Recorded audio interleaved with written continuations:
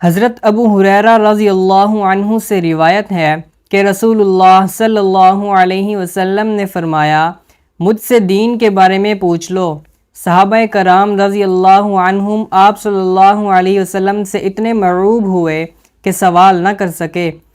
تب ایک آدمی آیا اور آپ صلی اللہ علیہ وسلم کے دونوں گھٹنوں کے قریب بیٹھ گیا، پھر کہنے لگا، اے اللہ کے رسول، اسلام کیا ہے؟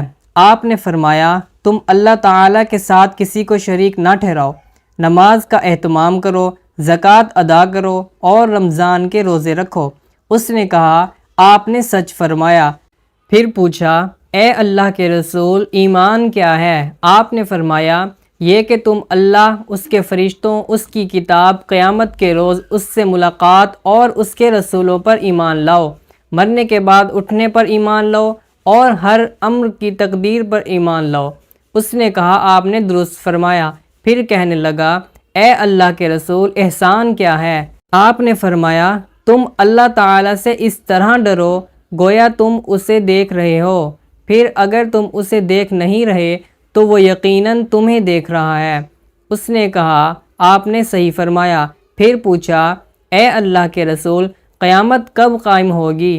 آپ نے جواب دیا، جس سے قیامت کے بارے میں پوچھا جا رہا ہے وہ پوچھنے والے سے زیادہ نہیں جانتا۔ میں تمہیں اس کی علامات بتائے دیتا ہوں۔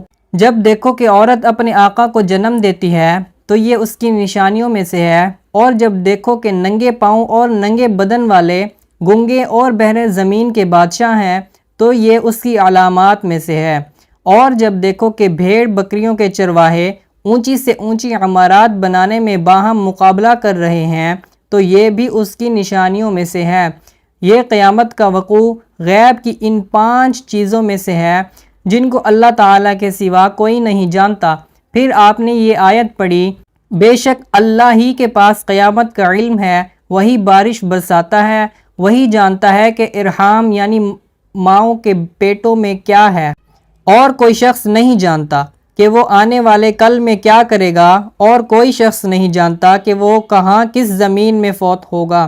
حضرت ابو ہریرہ رضی اللہ عنہ نے کہا، پھر وہ آدمی کھڑا ہو گیا اور چلا گیا تو رسول اللہ صلی اللہ علیہ وسلم نے فرمایا، اسے میرے پاس واپس لاؤ۔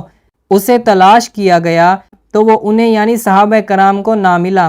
رسول اللہ صلی اللہ علیہ وسلم نے فرمایا، یہ جبریل تھے، انہوں نے چاہا کہ تم نہیں پوچھ رہے تو تم دین سیکھ لو، یعنی انہوں نے آ کر تمہاری طرف سے سوال کیا۔